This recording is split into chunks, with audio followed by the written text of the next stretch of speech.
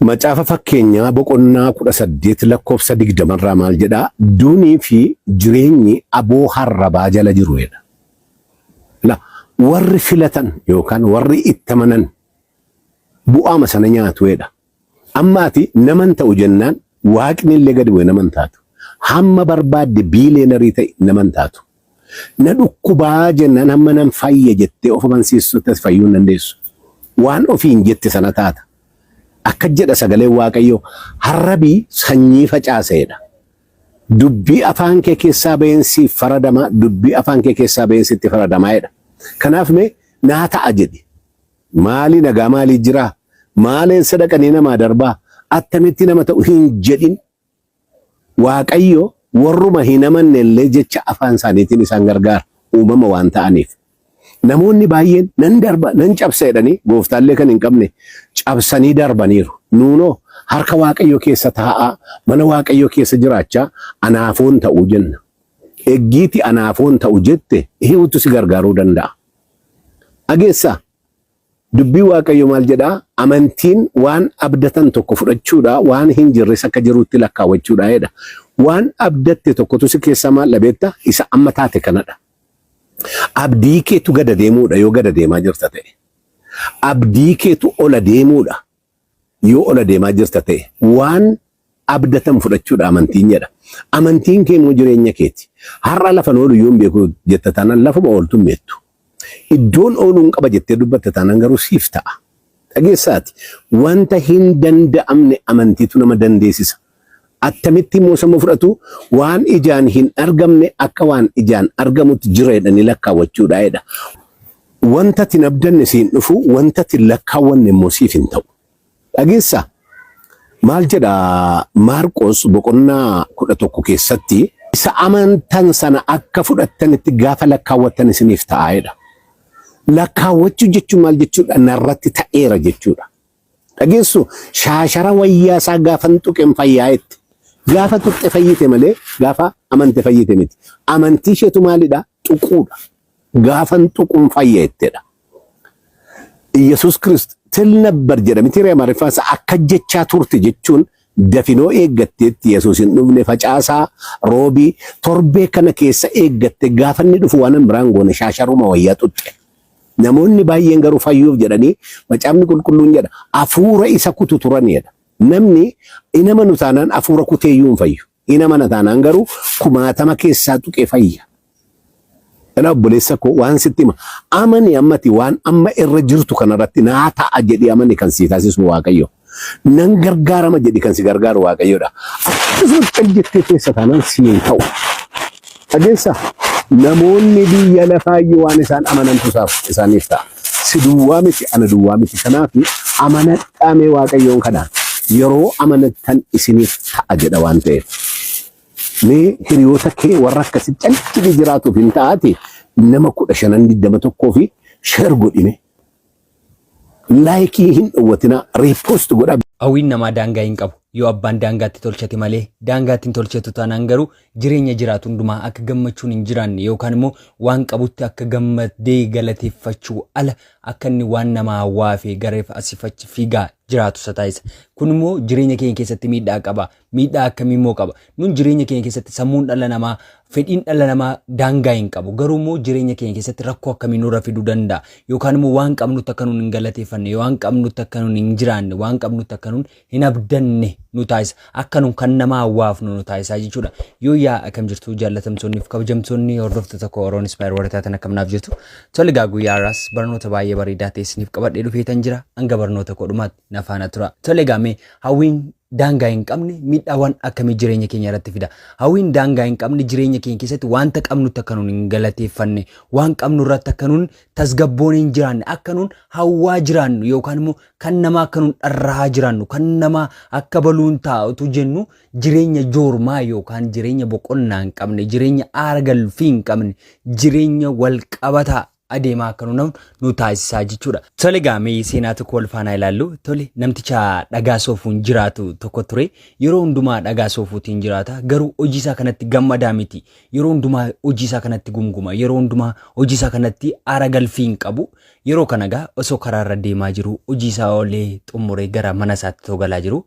Karaarratti daldalaa baay'ee qabeenya guddaa qabu. Daldala isaatti gammadee kolfee haasa'u tokko arge. Yeroo kanatti immoo baay'ee awween maal namtichi kun nama kam cimaadha, kan barbaade isaa qaba, kan barbaade isaa godha. Kanaaf immoo waaw akkam nama gammachiisa, utuun namticha kana ta'e maal taata jedhee awwee lubbuun isaa baay'ee waan fedhee tureef bira darbe. Turtii waggoota muraasaa booda akkuma jedhe daldalaa cimaa ta'e qabeenya kana akka barbaade argatee wanta hundumaa namoota irratti waan ije akka barbaade aangoo isaa agarsiifachuu jalqabe. Yeroo kana gaa osuma jiraataa jiruutuma qabeenya isaa kanaan jiraachaa jiru.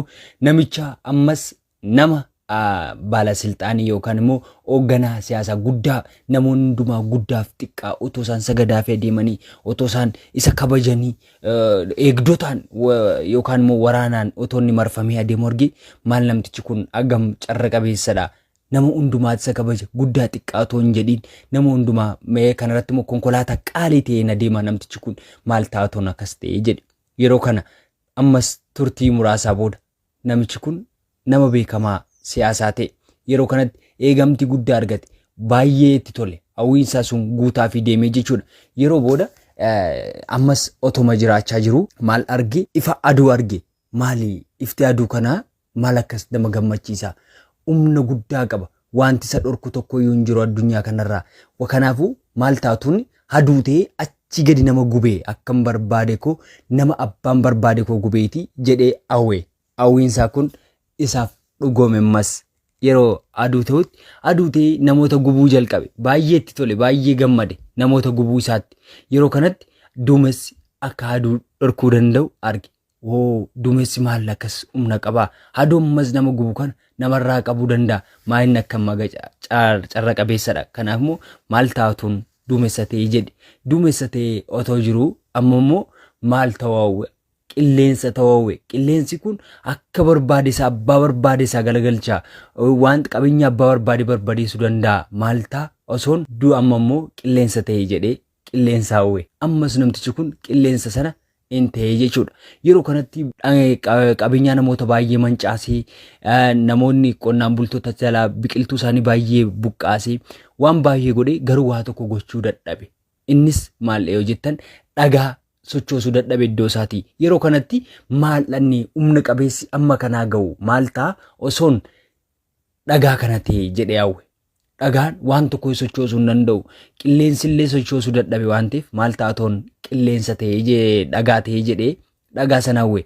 Yeroo kana dhagaan cimaadha waan ta'eef dhagaa ta'e.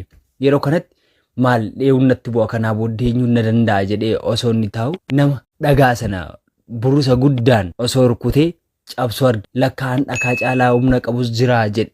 Maal ta'a osoon nama dhagaa kana cabsu ta'ee jedhee jalqaba namtichi kun maal ture hojiinsaa dhagaa soofanii jiraachuu ture. Namichi kun maal ta'e jedha naannee iddoo masaa jalqabaatti deebi.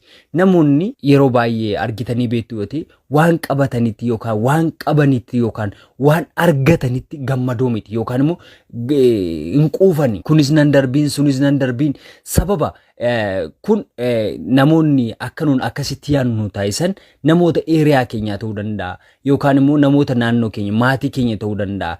Kun nan darbii sanas qabi kanas qabi jennee wanta hundumaa hawwina taanaan kun jireenya boqonnaa hin qabne jireenya joormaa jireenya aara galfii hin qabne kan nu jiraannu taasisa. Mee yeroo baay'ee mee fudhannu fakkeenya maatiin keenya illee akka nuun an obboleessa keenya an keenya ta'uu qabutti akka nu yaannuttidha. Nunni isaan nu guddisan maaliif yoo jennu yoo kana hin gurshattu ta'ellee nu biddeen yookaan nyaata osoo nu laachaa jiranii yoo nyaattu ta'e obboleessa kee fillaadha jedhu. Obboleessi koo nyaachuurra jedhe osoo garaan quufee jiru afaan banee fudhata. Akkas jechuun kan saalli kan kwaa ta'u an naga'a obboleessi kwaa nyaatu obboleessa kofaa ta'u obboleessi kwaa milkaa'u obboleessa kofaa jijjiiramu osoo hin taane dhoof jedhu yookaan quufee jiru irratti ani dabalee nyaachuu qaba malee obboleessa kof hin ta'in bara jedhu keessa jirra. anatu caalaa anatu siif mo'uu qaba anatu siif hoogganaa ta'uu qaba anatu siif beekuu qaba anatu siif murteessuu qaba anatu siif hoogganuu qaba kan jedhudha namoonni baay'ee kan isaan jireenya isaanii keessatti akka gada deeman akka hin milkoone akka gammachuu hin qabaanne akka aara galfii hin qabne kan nu taasisu kanadha jechuudha. Na hawwiin daangaa hin qabne dhamaatii malee bu'aa tokko hin qabu. Callifneetuma hawwina taanaan kanas otoo hin ta'e kanas otoo hin ta'e kanas otoo hin ta'e yeroo jennu adeemnutti hojii keenya tokko nuun aara galfii hin qabaanne yookaan waan qabnu akka nuun dagannu yookaan waan gammachiisuu qabnu akka hin gammachiisne waan itti fayyadamuu qabnutti akka nuun hin fayyadamne dhumaatiin keenya yookaan dhumni keenya dafqaa akka ta'u yookaan immoo bu'aa yookaan akka nuun dhiphachaa gaddaa jiran nu taasisa. Hawwiin daangaa hin qabne hawwiin daangaa hin qabne balaa guddaa baatee jireenya keenyatti dhufa du'a guddaa baatee dhufa imimmaan guddaa caba guddaa dheebuu guddaa nutti baatee dhufa waan ta'eef jechuudha. Waan qabnutti gammadu waan argannetti aara galfachuu waan qabnutti waaqa keenya yoo galateeffanne rabbii keenya yoo galateeffanne yaa rabbi kannaa laatteef galanni kan keeti. Nuni yeroo baay'ee waan qabnu sababa daganneef qofa waan qabnu qofatti sababa quufuu dhabneef kan nama hawwina maal taatuun akka baluute maal taatuun akka baluutti jiraadhe. Kanaafuu jireenya keenya keessatti wanta hawwinu irratti daangaa tolchuu qabna. Hanga daangaa tolchinetti yookaan hanga daangaa hin gooneefitti jireenya keenya keessatti jireenya miidhaa qabeessa malee jireenya bu'aa qabeessa akka nuun hin jiraanne nu taasisa. Akka baluun ta'a jechuun yookaan akka baluu ta'uu hawwuun dogoggora qaba jechuu osoo hin taane namni kamiyyuu wanta carraaquuf san adda baasee beeka wanta hawwuu qabu san adda baasee beeka. Kunis nan darbiin hawwina taanaan hawwiin hawjii hin qabne hawwii qofaadha. Hin hawwiinaan jechaa jira osoo hin taane wanta hawwitan yookaan wanta akka argattan barbaaddan kan adda baasuun beekuu qabdu yookaan maal akka jaallachuu qabdu maal irratti akka fookas gochuu qabdu maal akka hawwuu qabdu maal akka siif barbaachisu maal akka siif malu maaliif akka hawwuu qabdu adda baasisan gambeennetti wareegama guddaa kaffalta waan ta'eef adda baasii beeki wanta hawwitu adda baasisan gambeeknetti kufaatii guddaaf of saaxila. Tole gaa